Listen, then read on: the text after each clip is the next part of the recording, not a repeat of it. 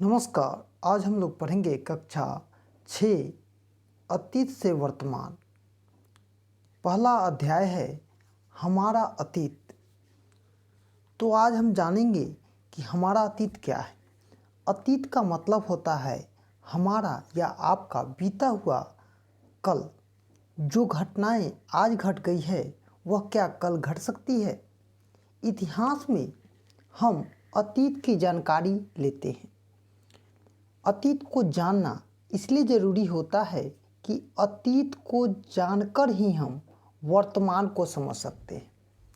आपको अगर पता होगा कि किस प्रकार से हमारे देश पर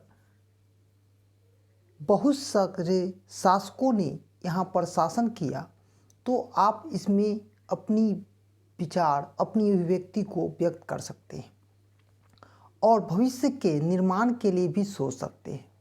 इतिहास मानव समाज की सामूहिक स्मृति है। इतिहास आपको बताता है कि किस प्रकार से भारत में या आपके देश में या आपके घर में क्या घटनाएं घटती है, क्या वह किस प्रकार से हो रही है। यह इतिहास या आपके द्वारा या आपके माता पिता के द्वारा बताई जाती है। यदि कोई समाज अपने इतिहास को नहीं जानता है तो उसकी हालत वैसी ही है जैसे ऐसे व्यक्ति की जिसकी याददाश्त गुम हो चुकी है। अगर आप पढ़ते हैं और आप जो घटनाएं घट रही है उसे अगर वहीं पर आपको नहीं बताया जाता है कि आपके माता पिता या आपके परिवार के लोग कैसे हैं, आप में क्या संस्कार आना चाहिए, तो आप ये नहीं समझ सकते हैं कि आपका अतीत क्या है। आप जानते हैं मनुष्य एक सामाजिक प्राणी है। जैसा कि आपको पता है, हम सब जानते हैं मनुष्य एक सामाजिक प्राणी ही है, क्योंकि समाज में ही उसका निर्माण होता है। हम सभी समाज में रहते हैं। यह समाज हमारे माता पिता, परिवार, गांव, शहर, देश होकर पूरे विश्व तक फैला हुआ है। यह एक जाल की तरह है।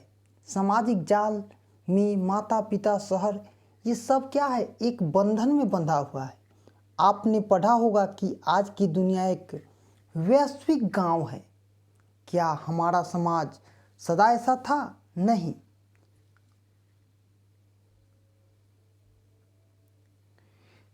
इसका धीरे धीरे विकास हुआ है, क्योंकि इतिहास में इन्हीं विकासों का भी हम अध्ययन करेंगे। इस सवाल का जवाब हमें इतिहास से ही मिलता है। आप यह जानते होंगे कि इतिहास का संबंध अतीत के उस काल से है जिसके बारे में हम लिखित साक्ष्य मिलते हैं। जो लिखित साक्ष्य है उसी के आधार पर इतिहास की रचना की गई है। इसके अलावा अतीत का एक काल वह भी है जिसके बारे में हमें लिखित जानकारी पुस्तकों या रचनाओं से भी मिलती है, बल्कि जमीन के नीचे दबे अवशेष, वस्तु, सिक्कों और अभिलेखों से भी प्राप्त होते हैं। जो कि अभिलेख, सिक्के हैं, उससे भी हमें इतिहास की जानकारी प्राप्त होती है। यह काल पूर्व ऐतिहासिक काल कहलाता है। बहुत से ऐसे समाज हैं और विशेषकर कबायली जनजाति, आज भी आप देखते हुइएगा कि जनजाति लोग जो मधु बेचने आते हैं वो क्या होते हैं, उनकी जनजाति अलग होती है, वह सड़क के किनारे रहते हैं। समाज हमारे साथ इसी युग में जी रहा है, लेकिन इसका इतिहास कभी लिखा नहीं गया। इसके बीच जो कविंद, किस्से, कहानी, रीति रिवाज, आज आप लोग बहुत सारे किस्से कहानी भी सुनते हैं। आपके यहाँ पूजा पाठ जो होता है वह रीति रिवाज प्रचलित है। इन्हीं के माध्यम से हम ऐसे समाज का इतिहास जानते हैं जो आपको अंदाज नहीं होगा। इतिहास को जानने के साथ साथ इसके अनेक स्रोत और भिन्न प्रकार से हैं।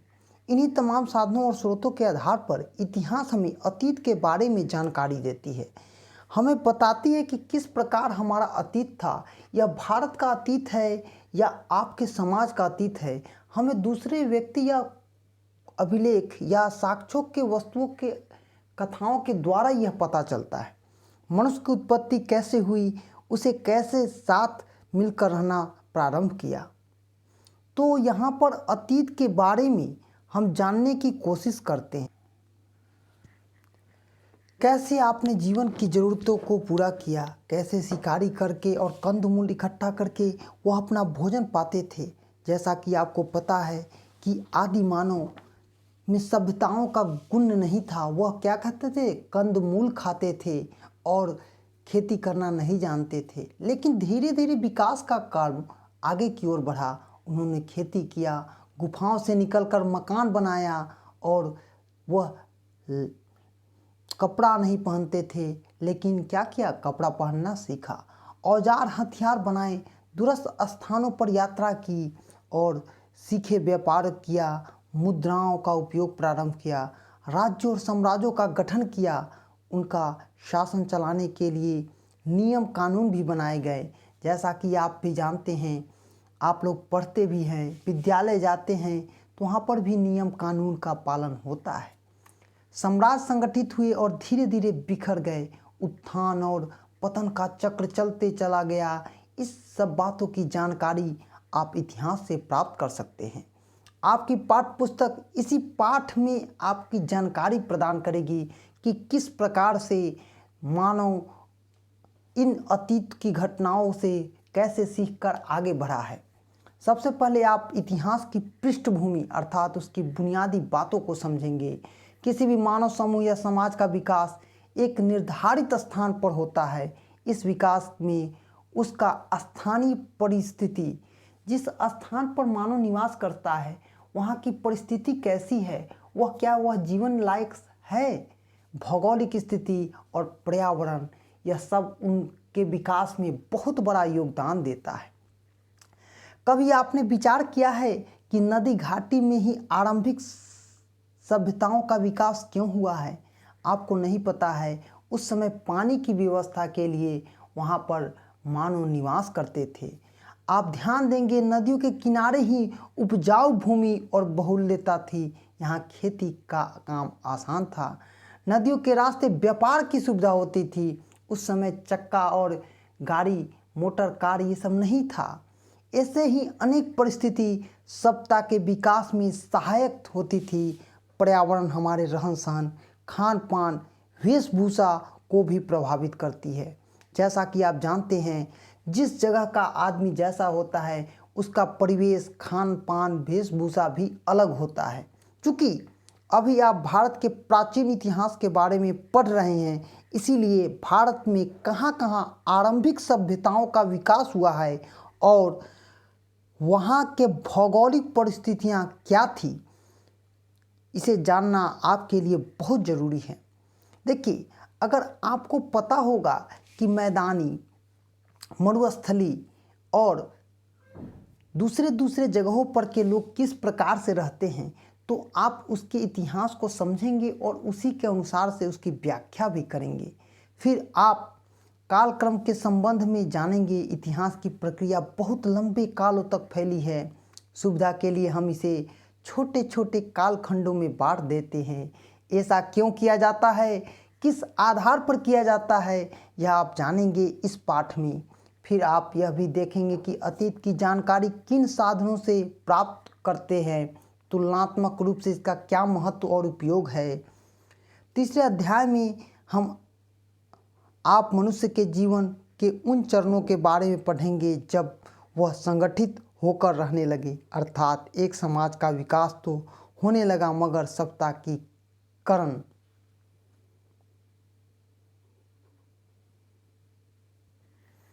अभी नहीं फूटी थी। इन मनुष्यों के जीवन सरल था परंतु कठिन। कंदमूल जमा करके या शिकार करके अपनी ज़रूरतों को पूरा करते थे। यह आदि मानव थे, इनको यह नहीं पता था कि क्या खाना है या नहीं खाना है। वह सिर्फ कंदमूल, फल फूल, मांस खाते थे। पत्थरों से औजार और हथियार बनाना शुरू किया। अब शायद आपको इसका महत्व आसानी से समझ में नहीं आए, मगर यह मनुष्य द्वारा पहला आविष्कार था। उसी तरह आग का उपयोग मनुष्य ने सीखा। यह भी एक बहुत महत्वपूर्ण खोज थी, क्योंकि मनुष्य के जीवन के मौलिक परिवर्तन उस समय वह आदि मानव था, उसको यह नहीं पता था कि आग भी कुछ होता है। वह कच्चा मांस खाता था, कंदमूल खाता था, लेकिन विकास के काल में उसे आग की खोज की और आग के द्वारा ही उसे पके हुए भोजन खाने लगे। आग ने से खुद को वह ठंड से बचाते थे, जानवरों से बचाते थे। इसके जीवन का स्तर पहले से उन्नत होता गया। और चौथे अध्याय में आप संगठित समाज की जीवन शैलियों को समझेंगे। खेती तो मनुष्य से सीख ली, अब पशुपालन, व्यापार, यातायात की प्रगति आदि स्थिति को भी सुखी जीवन से सोच विचार के लिए अवसर प्रदान किया। जीवन के अर्थ और महत्व को समझना, मनोउपरांत जीवन की कल्पना करने की क्षमता बढ़ी। मृतकों के दाह संस्कार के तरीके सोचे गए, मिट्टी में शव को गाड़ने की प्रथा चली। इसके भी साक्ष्य इस युग में मिलते हैं। तो हम चौथे अध्याय में जो दाह संस्कार की रीति है, हमारे हिंदू धर्म में अलग है, मुस्लिम धर्म में अलग है, ईसाई धर्म में अलग है, इसका भी हम अध्ययन करेंगे। पांचवें अध्याय में आप हड़प्पा संस्कृति के बारे में पढ़ेंगे। हड़प्पा संस्कृति क्या थी? यह वह चरण है जब मनुष्य अन्य अर्थों में सभ्य जीवन आरंभ किया था, मगर लिपि विकसित नहीं थी। उस समय कुछ लिखने की व्यवस्था नहीं थी। यहाँ पर हड़प्पा काल में इतिहास के लिखित साक्ष्य उनसे नहीं छोड़े।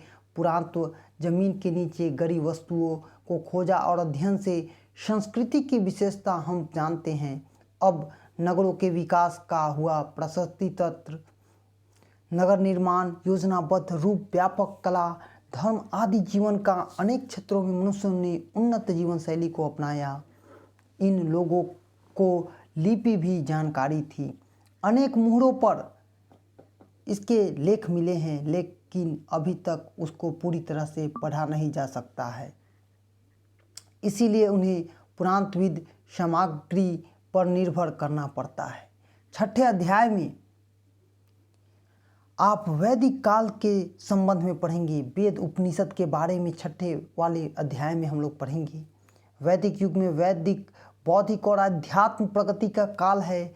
वेदों की रचना हुई और प्रारंभिक लेख के रूप में, इसीलिए इसे हम श्रुति शब्द का भी प्रयोग करते हैं। श्रुति शब्द का प्रयोग करते हैं। कालांतर में इसको लिखा गया। हड़प्पा संस्कृति के विपरीत इस चरण के लिए वैदिक सप्ताह शब्द का भी प्रयोग किया गया है, जो कि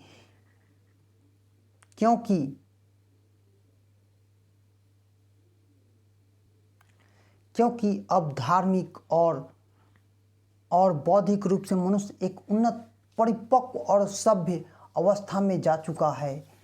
विकास का क्रम चलता रहा और वैदिक के ऊपर उत्तर वैदिक काल के बीच में जीवन का सरल रूप ज़्यादा विकसित हो सका और हम सरल रूपों से जान सके। सातवें अध्याय में उन चरणों का दर्शन करेंगे जब भौतिक जीवन और बौद्धिक जीवन दोनों के हुई प्रगति का एक समन्वय रूप सामने आएगा। दोनों का जो तुलनात्मक अध्ययन है, इसमें हम पढ़ेंगे। सातवें अध्याय में इसमें हम पढ़ेंगे सैनिक, प्रशासनिक, राजनीतिक गतिविधि आरंभ हुई। दूसरों और धर्मों के दर्शन क्षेत्र के नए विचार उत्पन्न हुए। बौद्ध और जैन धर्म नई विचारधाराएं उत्पन्न हुई, जिसका प्रभाव भारत ही नहीं विदेशों पर भी पड़ा। इस बौद्धिक विकास का संबंध आप आठवें अध्याय में पढ़ेंगे। आपको शायद यह पता नहीं हो कि इस चरण में बिहार का क्षेत्र भारत का सबसे महत्वपूर्ण क्षेत्र है। विश्व के प्रथम गणराज्य की ओर भारत के पहले साम्राज्य की स्थापना बिहार से हुई है। इसी तरह बौद्ध जैन धर्म की उत्पत्ति का केंद्र ही बिहार था। अध्याय 9 में आप मौर्य साम्राज्य के इतिहास को पढ़ेंगे, विशेषकर अशोक की उन उपलब्धियों को, उन मान्यताओं को, उनके द्वारा चलाई गई धम्मा धर्म को आप परिचित होंगे, जिसके बारे में एक कल्याणकारी राज्य की स्थापना और भारत के सांस्कृतिक राज्यों में मैत्रीपूर्ण संबंध स्थापित किए। आगे चलकर इसी संबंधों में भारत के सांस्कृतिक प्रभाव को विदेशियों में विस्तार हुआ। 10वां अध्याय मौर्य साम्राज्य के पतन के बाद भारत की राजनीतिक स्थिति का जो दुर्दशा हुआ, उसको भी हम यहाँ पर पढ़ेंगे। विशाल साम्राज्य के स्थान पर अब छोटे छोटे क्षेत्रीय राज्य भारत में स्थापित हुए। इसमें से कुछ ऐसे भी राज्य थे जिनकी स्थापना विदेशी मूल के शासकों ने की। इसके फलस्वरूप सांस्कृतिक आदान प्रदान की प्रक्रिया समृद्ध हुई। इसी काल में दक्षिण भारत में भी सभ्यता के विकास के लक्ष्य हमें मिले हैं। 11वां अध्याय सुदूर क्षेत्रों में भारत के प्रभाव का विस्तार से संबंध विस्तृत जानकारी के लिए सहायक है। आप यह जान सकेंगे कि किस प्रकार बौद्ध धर्म और उसके प्रभाव शिल्पकला के क्षेत्र में परंपराओं का विकास हुआ। 12वें और 13वें अध्याय में आप भारत में होने वाले राजनीतिक, प्रशासनिक, आर्थिक और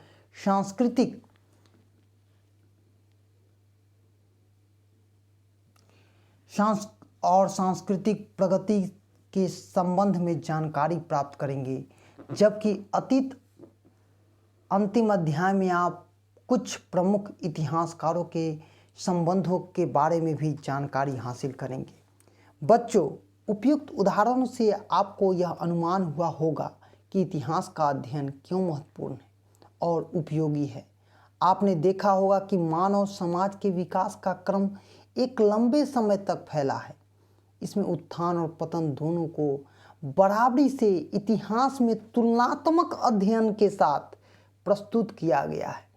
पिछले अनेक कारण होते हैं और इसके अनुसार ही इतिहास हमें उन कारणों का बोध कराती है और सभी हम अपने अतीत को जाने पाते हैं। अतीत की जानकारी हमें अपने वर्तमान और भविष्य को बेहतर बनाने में सहायता प्रदान करती है। यही कारण है कि इतिहास को समझना हमारे लिए बहुत ही आवश्यक है। तो हम आज हमारा अतीत, जो कि कक्षा 6 बिहार बोर्ड अतीत से वर्तमान का पहला अध्याय था, उसका अध्ययन किए हैं। इसमें किताब के बारे में और कुछ घटनाओं के बारे में क्रमबद्ध तरीके से बताया गया है। इसका दूसरा पाठ मैं कल लाऊंगा। धन्यवाद। जय हिंद, जय भारत।